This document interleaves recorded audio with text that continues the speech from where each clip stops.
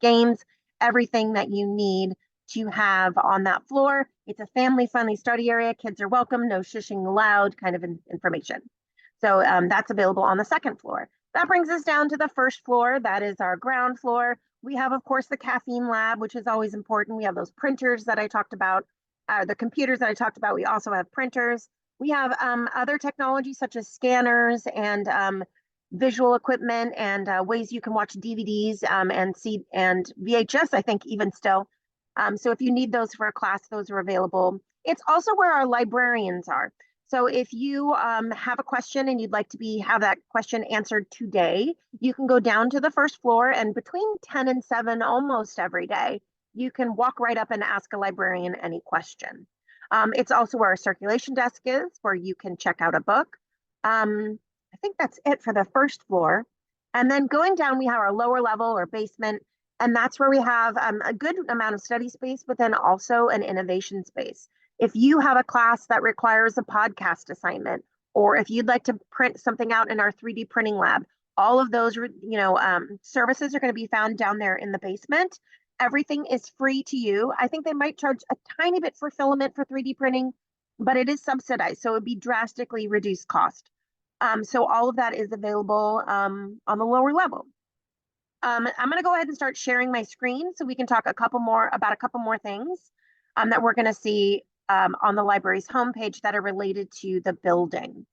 Okay, so let me go ahead and move all your lovely faces over just a little bit. Here we go. Okay, so right here we have the hours. If you should need to know, you want to visit the library for the first time, what have you, you need to know when we are open. This is updated daily. So for example, today we are open 8 to 10 p.m. Like we mentioned before, during finals, we are open till 2 a.m. So we recognize that sometimes it's crunch time and you need you need a study space to go and study. You need some of those services. We are available later extended hours during finals week. Moving right up here is a kind of a menu that I don't think really shouts click me, but it is one of our menus that really is a kind of a wealth of information. For example, under services, you're going to have this little how to plus sign, and that's going to tell you how to check out a book, how to find something on reserve, borrowing from another library, renewing, printing, all of those things. Excuse me. And should you need help from another librarian, you can go ahead and click help, contact librarians, and you'll see all 16 of us here. I am just one of 16 subject specialists. So for example, because of my employment history and all of the knowledge and experience that I gained working in the hospital, I parlay that into, kind of my librarian job, and all of our librarians kind of do the same thing. So for example, our lit librarian used to be a lit professor, that kind of thing. So if you need any one of us, we are available for you. Excuse me. I'm so sorry. Well, I get a sip of water. Can you guys tell me if you have any questions?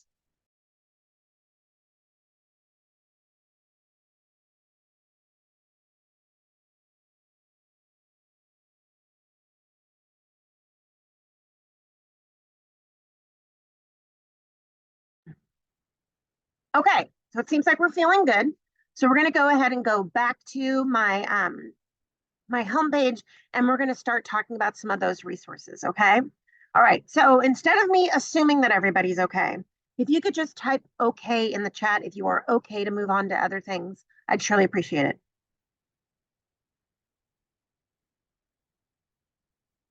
All right, everybody's feeling okay. Excellent, excellent. All right. I will go back to sharing my screen. All right, we left off talking about librarians, but now I'm going to go back to that library homepage, and we're going to talk about OneSearch. So now OneSearch, I like to kind of think about as our Google box from the library, because not only can you find articles there, but you can find books, you can find media, you can find newspaper articles. It's kind of our one-stop shop for a lot of things. But one thing to note is even though it says search everything right here, it does not mean everything in the library. It means everything that is indexed within OneSearch. So keep in mind that if you're searching for something in OneSearch and you aren't finding it, it might just be that you need to look somewhere else for it. Okay, so just keep that in mind. It's not everything altogether. But it is the one place that you can find books and media. You'll notice that we have two pre-filters here for books and media. one that says CSULB, one that says all CSU. CSULB is going to be something that you'll find on the shelf or be able to instantly access today. All CSU, of course, refers to the fact that you can access any of our 23 campuses libraries. So if there is a book that happens to live at San Diego State and you want it, you can go ahead and access it, okay? All right, so let's go ahead and start with at CSULB.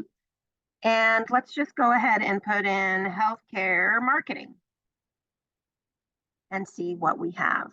I'll go ahead and hit search. I'm keeping my pre-filter at books and media.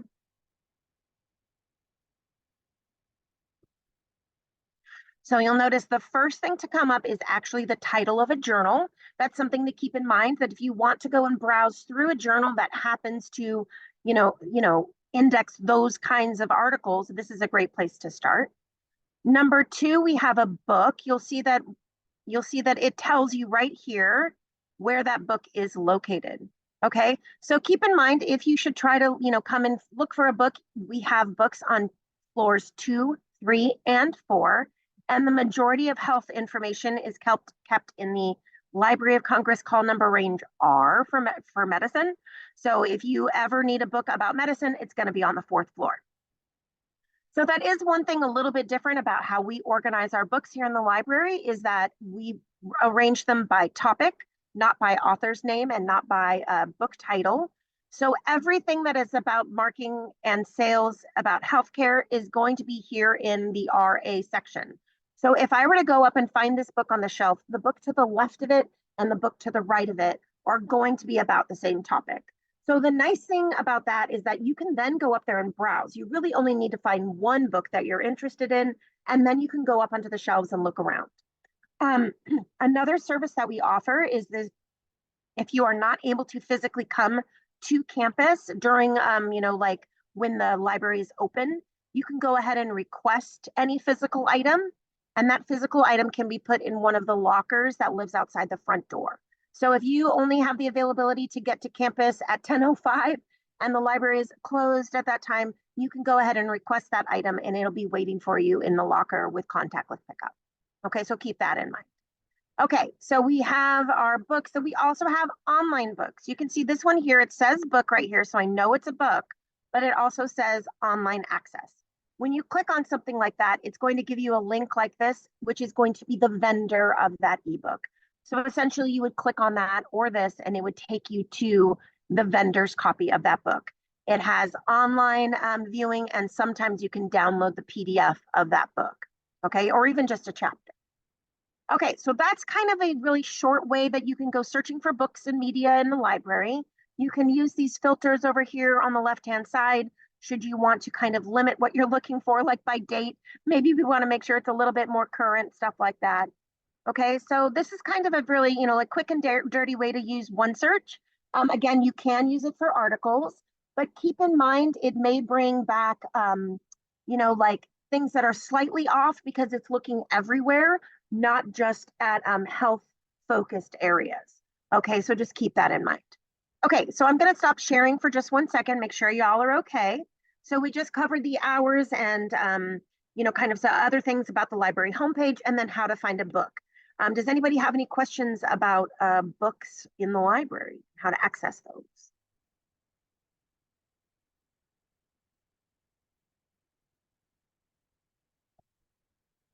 And you can hop on the mic or go in the chat. Either way is fine with me. Okay. A couple of questions that do come up sometimes are, oh, great, I'm glad everything's easy to find. Fantastic. Is you go down to the first floor to check out a book. You can check out a book for 16 weeks. That's the entirety of the semester, so you don't have to worry about turning things in before the semester's over. And you can check out 50 books at a time. So I still haven't met a student that's done 50 at a time, but bring a wagon and I dare you, okay? All right, so that's kind of it about books. So let's go back to sharing my screen and go back to the library homepage. Okay, so I'm going to shortcut back to the library homepage with this little university library logo in the corner. And that's going to bring me back to the library homepage. Now we've covered this menu bar up here. We've covered the hours. We've covered OneSearch. So the last thing that I want to cover is actually these two links right here, which are databases and research guides. Now, this is going to be like really predominantly where it's going to be helpful for you to find articles, okay? Because when we're looking for articles, I know that Google is easy. I understand that, but it doesn't have all of the filters. It doesn't have, the ability to kind of for you to tell it exactly what you want as much as the databases do, okay? So I'm going to go ahead and click on databases, and I'll show you the differences between databases and research guides. Databases is going to bring you to an alphabetical list of our databases. I like to think of this like a old school mall directory in that it's going to tell you everything that you have and a little bit about each one. Each database does have its specialties. So for example, this one right here, abstracts and social gerontology, that is going to be about the science of aging. So if I were to be doing a project on aging or the elderly, I might want to check out this database because I know that all the information in there is going to be about aging. Perhaps I'm not sure which one I want to look at. Then I might search academic search complete. That is multidisciplinary. I like to think of it as like the target of databases. It has a little bit of everything.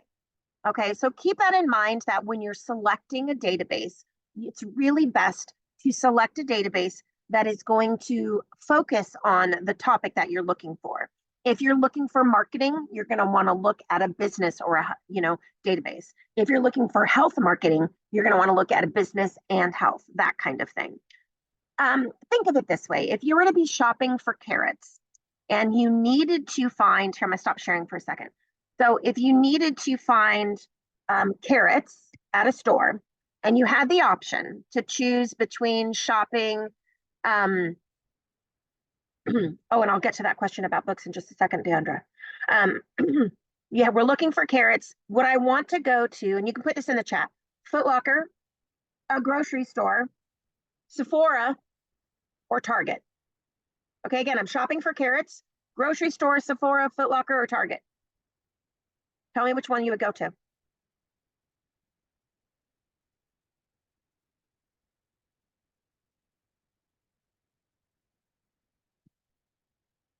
Right, I'm seeing grocery store come up a lot, right? Because that's where we would go to find something like that. So you kind of have to have that mentality when you are looking for information. If you're looking for information on a topic, go to the database that focuses on that type of information. Now, one thing I didn't see was Target in our list. Might we find carrots at Target? Yes or no? Put it in the chat. We might, right? If they have that grocery section, and most Targets kind of do now. So we have to keep that in mind. Maybe if I'm not finding something in any of these specialty databases, maybe I want to go to a multidisciplinary database that might carry more than one topic, and that might be helpful for me. Okay, so keep that in mind. Now, the question that came up in the chat was, do we have books other than academic books? We do. If you'd like, book for funsies, if you want some fiction. Now, keep in mind the literature department is going to be purchasing all of the books that they need. So if you, there's going to be a lot of literature in there, but we also collect the New York Times bestsellers. We have our Critics' Choice collection. So we also have books for fun. We have books on yoga. We have books, like anything that you're looking for, chances are we have a book on that. So yes, there are books for fun, New York Times bestsellers, all that jazz. Okay, great question. Okay, so I'm going to go back to sharing my screen and let's talk a little bit more about databases. Okay, so this is our, this is, like I said, this is like our mall directory, and this is going to tell us about each store we have or each database we have. But maybe you're saying, but Michelle, I'm not sure about all of these databases, and I surely don't want to read about all 333 of them. Okay, that's when I recommend you go and use research guides. When you click on research guides, it's going to bring you to a subject list. And so for today, of course, we would be talking about healthcare administration. So I'd go down and go to that list right here, healthcare administration, and this upper blue link right here. And now this is bringing me to information solely about healthcare administration. So for example, the databases listed here are going to be helpful for you as a healthcare administration student. There is not going to be a art or mechanical engineering book in here. Okay, so this is all database in here. This is all going to be narrowed down to things that I think you need as a healthcare administration student. So we no longer have 333 databases, and now we have a limited few. Okay. In addition to accessing the databases and books, of course, we also have things on statistics. Okay, so we do have a bunch of databases that you can go to, a bunch of websites that you can use for statistics. If you forget everything we've talked about today and you need to go ahead and do a tutorial, you can find those here. Those are tutorials by me. Those are going to be covering things like APA, and they're going to be covering things that some of the healthcare administration databases are in. Speaking of APA, we do have a guide specifically for APA. So if you have questions about how to format something and you need a resource for that, we've collected information. We've got Purdue here. We've got, kind of some examples, some sample papers, things like that. And then my personal favorite right down here is a citation style examples, which gives you color-coded examples.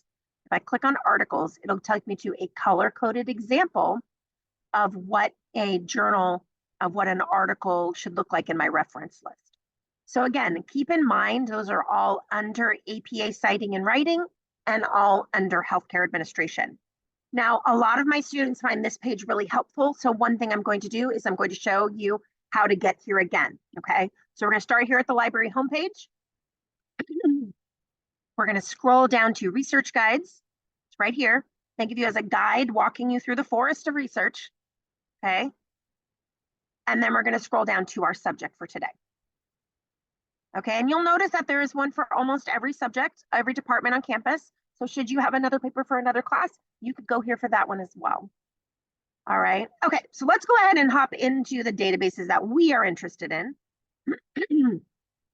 So for example, you're going to see Academic Search Complete, that is that kind of target of databases. We're gonna see Business Source Premier, that's gonna be heavy about marketing, it's about business. We're gonna have CINAHL right here, which is gonna be a health database. We have a blend of basically health and business databases, and we have a whole bunch of them going all the way down to here. So for today though, let's talk about Academic Search Complete, because I do think that is a great place to start no matter what topic you are looking for. So I'll go ahead and sign in again. Okay, so here we are in Academic Search Complete. Does anybody have something that they'd like me to search for? Anybody want some free research? Any topics?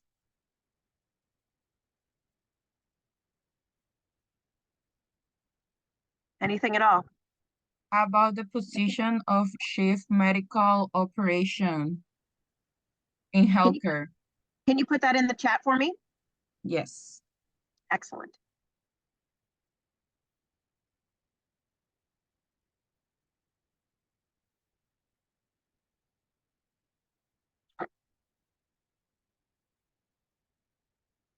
Chief medical operation. And what do you mean by that? Do you mean Just anything about the career, about the job position in healthcare. okay, great. Okay, great. So we're going to be talking about healthcare careers, precisely chief medical operation. Okay. So we'll go ahead and look on that. Let's see. I've never searched for that. This is very exciting, you guys. I'm very excited. Okay, so we're going to do and you mean like chief medical officer maybe too? Yes, I think so. Okay, that's fine. There we go. Chief medical officer. Okay, and then let's go ahead and put in career. Whoops, daisies. And let's see what that brings for us. Okay, so right now I'm searching Academic Search Complete. I'm searching for Chief Medical Officer, and I'm searching for careers. So I'll go ahead and do a search. It found 152 articles. Now that seems a little low for me considering how broad I was. So one thing that I'm going to do is I'm going to use Boolean operators. Okay, so Boolean operators are a way of telling the database that you are a little flexible about your vocabulary. Okay, so I'm going to go ahead and say or. Maybe I'm going to say chief medical, let's see, officer or chief medical. Maybe I'm going to say operations. Maybe we find more with operations. Okay, I'm going to say career, or maybe I'm going to say job or work or occupation or profession. So you can see I'm not really changing my topic. I'm just changing the vocabulary that I'm using to describe it. And that's important when you're talking to a database because it doesn't have the analytics that Google has to kind of auto-fill those terms for you. So every time you add something with or, you're going to bring back more because you're allowing your vocabulary to be a little bit different in any one of these results. So I'm going to go ahead and do a search again. And we increased it quite a bit. Now we're up to 568. But we really didn't change what we were talking about. We changed the vocabulary that we used to describe it. And that's important. Okay. And that's what is really what these ors mean. You're saying, hey, database, I am okay with this one or this one. Oh, it might have helped if I spelled chief right, you guys. I'm going to do that again. Might have, do that again. Oh, yeah, that it helps a little bit. It helps with 4 more by spelling it correctly. So we have each one of those. And that's another thing, actually, it's a good lesson, is that Google Analytics will make those assumptions about spelling things correctly, but the databases don't, because a lot of times Google will say, because I'm a terrible typist, as you can see, it'll say, did you mean, and it'll fill it for you. And a lot of times the databases don't do that. So you have to be very precise about how you're typing things in. Okay, so we have our or, right? And that's going to bring us more. But you'll notice that each one of these boxes is connected with the Boolean operator of and. And what that's doing is saying, I need something when I'm looking for my result, it has to have something from this box and something from this box. So when we add another box, it's going to bring back less because we're requiring each one of our results to have more topics in it. So right now, each one of our results has chief medical officer and career in it, or any of the words that we have in those boxes. By adding another box, let's just say a geographical location like the United States, maybe I really want to find about the career here, then that's going to bring back less because now it's going to remove anything that's talking about these jobs and these careers anywhere outside the United States. So I'll go ahead and do my search again. And so now that removes close to 400 because I was more precise about telling the database what I want. Okay, and that's really what these search boxes are all about, is you kind of telling the database exactly what you want. You're okay with each one of these words, but you also want it to have, include that it was either published or taking place in the United States. Okay, so another way that we can refine our results is to go ahead and use these filters. Most of the time, they're going to be on the left-hand side, no matter what database you're in. Let's go ahead and make sure, let's just say I want to make sure that these are in the last 10 years. So I'm going to say, because the career may have changed, so I want to make sure that these are newer. So I'll go ahead and type in 2014, and that's going to remove some as well. And then you'll notice that there's one filter here that says peer reviewed. Can you all see that right over here? Now, sometimes it's going to say peer reviewed. Sometimes it's going to say academic journal. Sometimes it's going to say scholarly. Any of those are going to kind of mean the same thing when you're talking about a filter. So whichever one you find, I suggest clicking it. Because generally what we want for our assignments is going to be these peer-reviewed information. Now I want to pause for a second here, because does anybody know what peer-reviewed means? Or just that we generally have to have it for papers? Does anybody know what it means?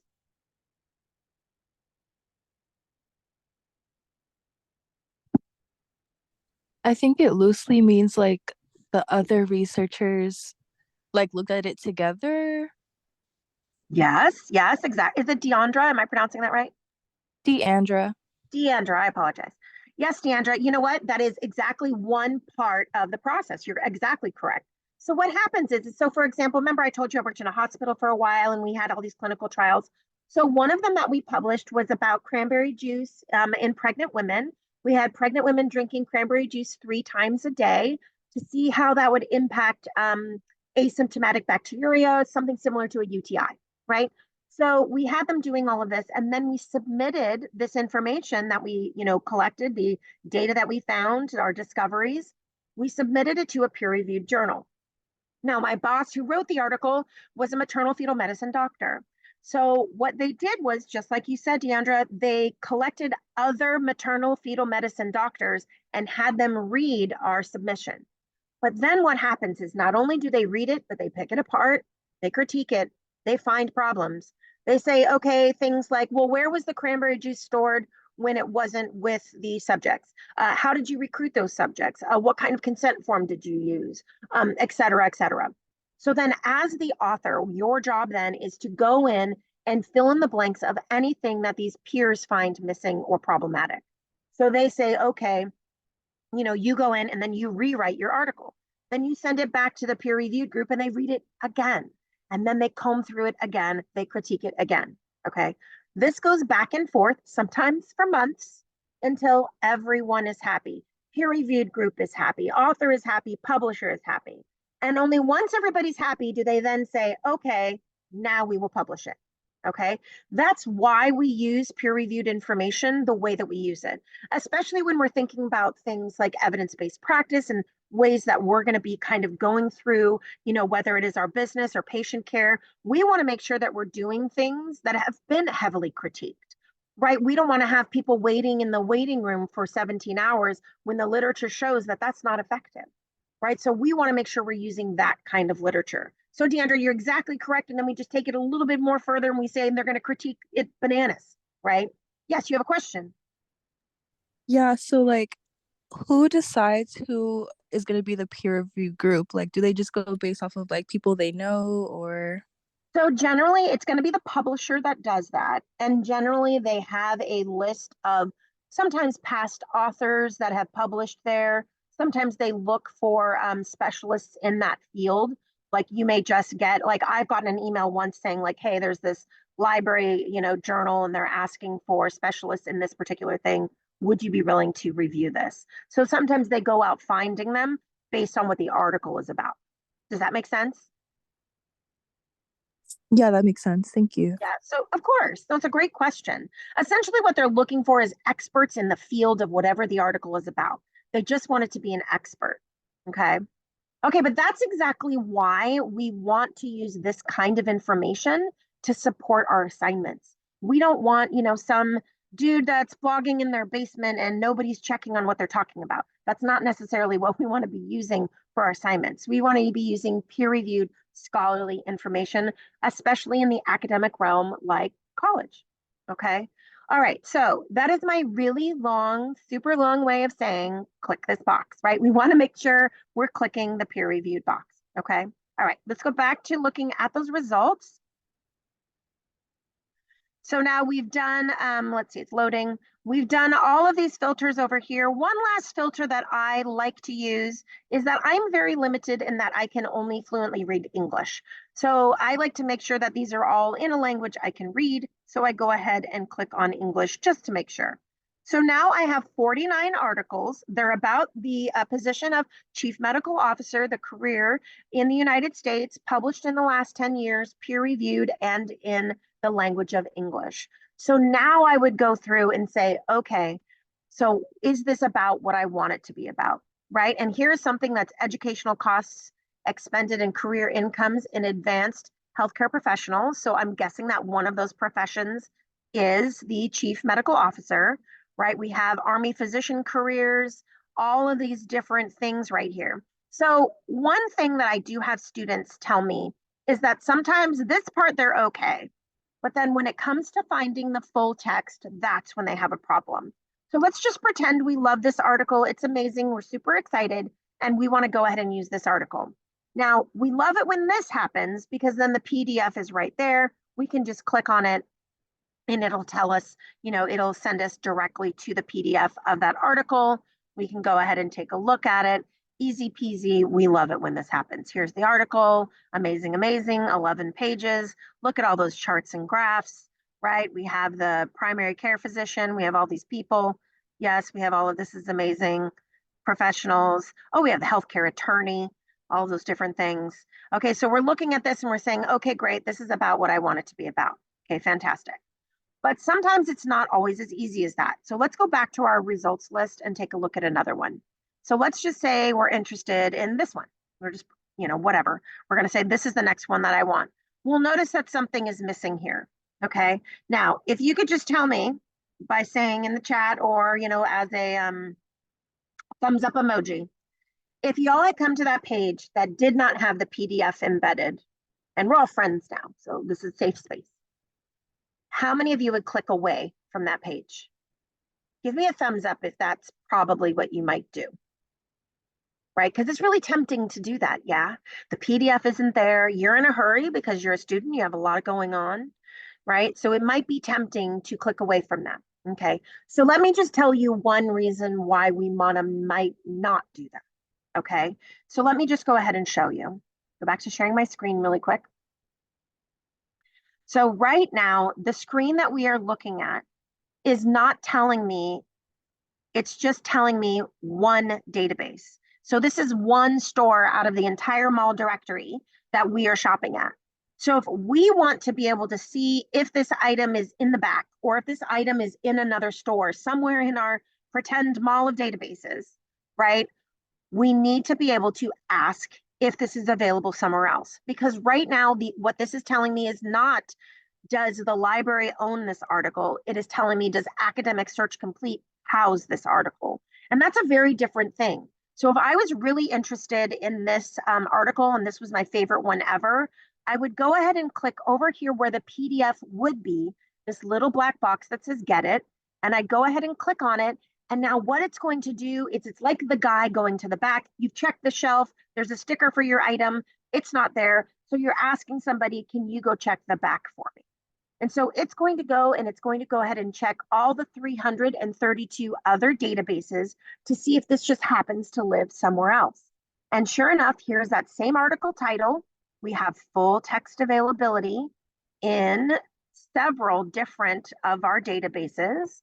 So I could go ahead and click on, this one says most recent 6 years not available. And this one is, 2016, so it might be okay. So I could go ahead and click on one of these.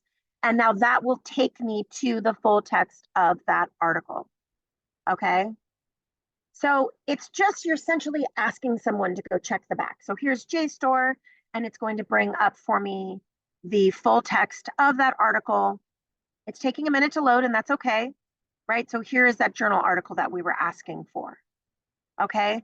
So if you find something that you like and you don't see the PDF, that's okay. Instead, give it the 1 minute, give it a try, and click the Get It guy instead. Okay. Now, one thing to keep in mind is sometimes even then it may come up as not available because we don't own every article in the universe. It would be amazing if we did, but we don't. So one thing to have is a backup plan. So, right, so now we have the PDF full text if we're looking for the full text. We have the Get It guy to go check the back. So we have those two ways to get the full text, but let's have a backup plan. So my backup plan is always Google Scholar. So I'm going to go ahead and take the title, right? I'm going to go ahead and copy this title. And now I'm going to go ahead and go into Google Scholar. Oops, I think I typed that wrong. Here we go. And I'm going to paste that right here into the search box. Now I'm going to do something very specific though. I'm going to put quotation marks on either side of my title because that turns the title into a big long string of words, not each individual word. And that's telling the database, I want these words in this order. So I'll go ahead and hit search. Here we have the link to the full text, and we even have the Get It guy popping up right here. Okay, so the reason why I am seeing the Get It guy back here again is because I am allowing for Google Scholar to show me the full text in the library should I want to access the full text. Because I don't know if this has happened to y'all, and we're going to stop and talk about this for a second. How many of y'all have been searching for information and you find an article you really like, you end up on the publisher's page and it's asking you to pay for it? Has anybody had that happen before? Yes. Does anybody remember how much money they wanted from you?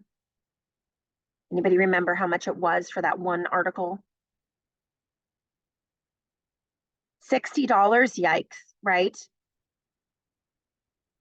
I generally hear, Hannah, between $30 and $60 for one article, or I'll have them say, the publisher will say, yes, sign up for a membership, sign up for a year-long subscription. And by the way, that'll be between $100 and $300. Okay. So here's the deal. Research should be free to you as a student. We should not be paying for things. As a matter of fact, we're all going to make a promise. I do this with all of my classes. You're going to pinky promise. You're going to type promise in the chat, right? Pinky promises that you will never, ever, ever, ever pay for an article. Type promise in the chat. You will never, ever, ever, ever pay for an article. Okay? Because here's the deal. Life is expensive. School is expensive. You should not be responsible for having to pay for your research. Okay? Pinky promises. Yeah. Okay? So we have our PDF full text. That's one way to find it free. We have the Get It guide. That's another way to find it free. And now we have Google Scholar. That is a third way to find it free, especially when you are linking your Google Scholar account to the library. So when you find something in Google Scholar, it routes around the publisher. We're going around that awkward conversation of them asking you for money. And instead, we're going to have them link to the library's copy. That is, again, then free. So let me show you how to set that up. We would go to here, the Google Scholar. We would go to the menu over here on the side, menu, settings, library links. And you'll notice I already have mine set up right here, right? And it would, but again, menu, settings, library links. You would type in the name of our campus. You would hit search and save. And once you have that set up, when you do a search, no matter what your search is, right? So we're going to be saying, I really want to type that wrong. If I just want to be looking for chief medical officer and do a search, each one of these coming up over here on the side, this kind of right-hand margin link, each one of those is going to be the full text brought to you by the library.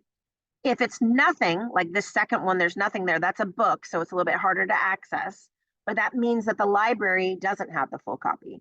But each time you see this right-hand margin, that's going to be the full text brought to you by the library. And sometimes when you click on a copy, it will even tell you brought to you by right here. You can see it right here, CSU Library, right? This is the library's copy that you were able to access using Google Scholar as your search engine. Okay, does that make sense to everybody? So really, it's just another way to access and search the information that we have at the library. But I really encourage you to set this up so that if Google Scholar is your favorite way to search, that's great. But make sure that then when you're looking for a copy, you're looking for the full text that is available for free. Okay. Okay, so we've talked about looking for articles. We've talked about the full text. We've talked about finding information. Now, one thing that you're going to need for your assignment, I have a tiny assignment for you together, and I forgot to show this. I'm sorry, I'm going to have to go back again. Let me go back here. We're going to be done with Google Scholar. So this right here, when you find an article that you like, for whatever project you were working on, and you click on the result title, the article title, it'll bring you to this page right here, and there'll be this tool menu over here on the side. Now, this can be really helpful as you're collecting your information because you can email this to yourself. You can save it, you can do all those different things. And then the other thing that we have right here is a citation generator where you can cite that. Okay, now citing is important. We're going to cite everything that we use in our papers. So like, for example, right here, we have the APA citation for this one right here. Okay, and here is the citation generator. Now, I kind of have a love-hate relationship with citation generators, I have to be honest, because they are really helpful. And as you can see, I'm a terrible typist. So these are great for me. However, they are notoriously inaccurate. So you're going to want to make sure that you are checking it for its accuracy before you use it. And now librarians did band together and we went to, the vendors like EBSCO and we said, hey, y'all, this is, inaccurate a lot of times.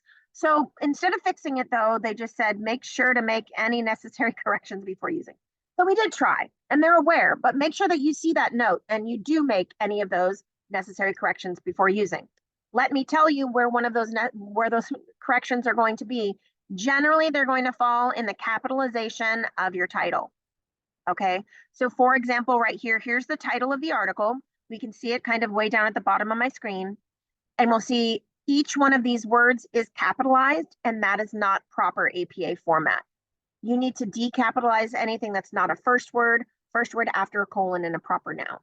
So I could go ahead and paste this into my reference list, but I'd need to decapitalize each one of those in the title. Now, the reason why it's bringing it up capitalized is because that's what the author chose to do. They chose to capitalize everything. So it's just taking this information and regurgitating it into a formula. It's just a robot. and you are smarter than a robot. So just go in and kind of make those adjustments when you need to. Okay. All right, so we've covered a lot of information. We've covered Boolean operators, the and the or of it all, right? We've covered full text, the 4 different ways that we can access full text. Actually, we only talked about 3. I will talk about number 4. So we have the PDF, we have the Get It Guide, we have Google Scholar, and when none of those work, we do have a request form. It'll just pop up at the bottom. It'll say, do you want to request this with 24 hours? You just click on it and it'll allow you to go ahead and, borrow that from another library, or it will basically, I might buy it. It depends on the accessibility. If you need that article though, we will get it for you.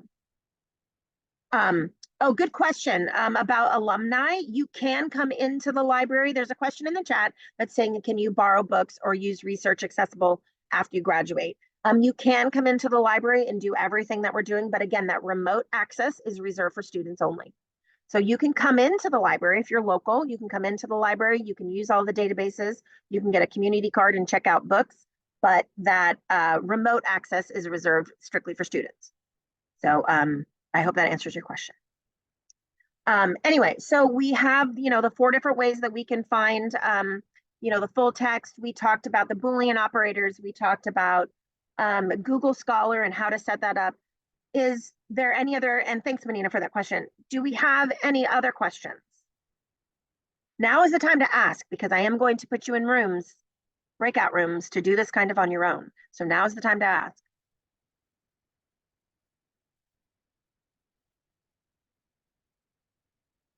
If we want to get a community card, is there an online application? There is not an online application.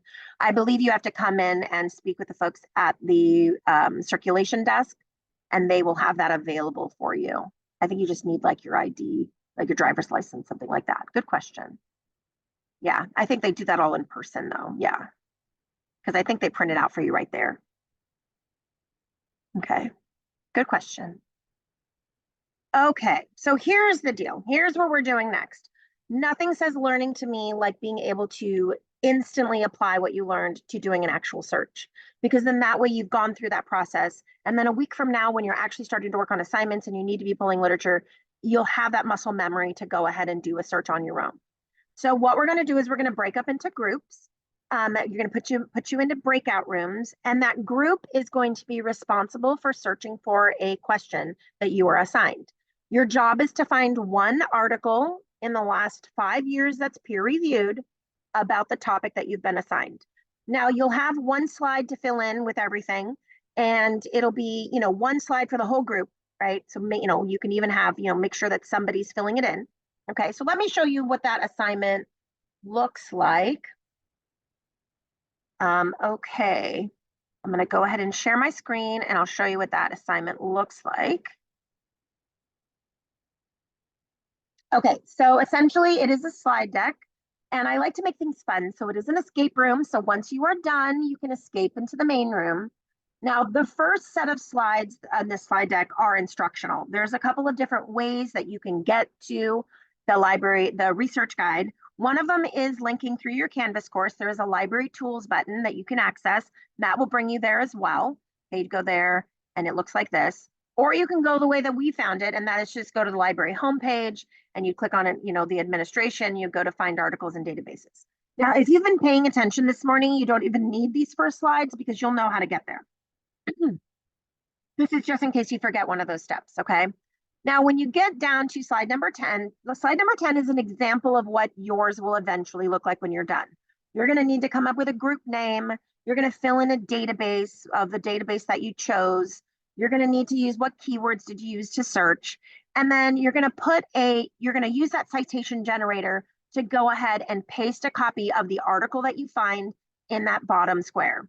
Okay, so it's going to actually look a little bit like this. So here is group 1. This is what you'll be looking at. You'll be looking at therapy dogs. Okay, so you'll come up with a group name. You'll find a database that interests you. You'll look at some keywords, and then you'll paste that filter. And then last but not least, you'll be completing a jigsaw puzzle. Sound on for the most fun, by the way. And once all these are done, you will have completed the first part of the exit ticket. The second part of the exit ticket is when you're done with that jigsaw puzzle, you're going to want to put the title of the jigsaw puzzle to basically prove that you finished it. And then you're going to share with me one thing that you learned today. So this is a group project. Okay, everyone can work on one room slide together. Yeah, so breakout room 1, you're going to be in the room 1 slide. Breakout room 2, you're going to be in room 2. Breakout room 3, et cetera, et cetera. Okay, does that make sense to everybody? Is there any questions about the assignment itself?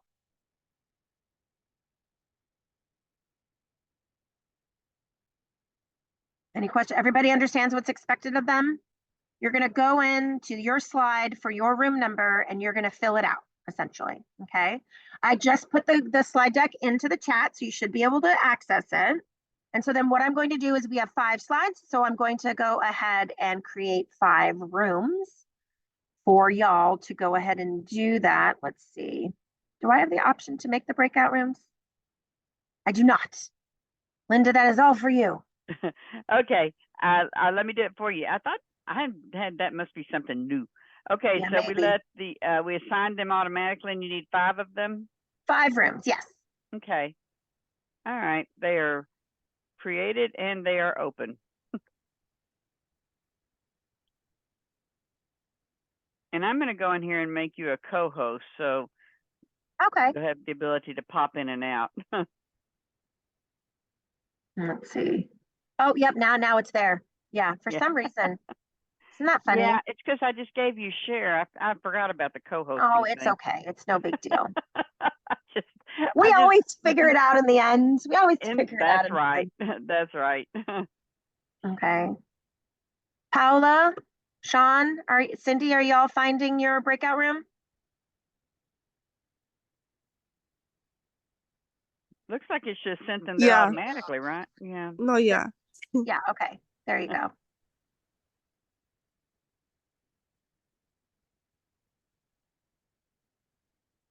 Sean, Cindy, are y'all there?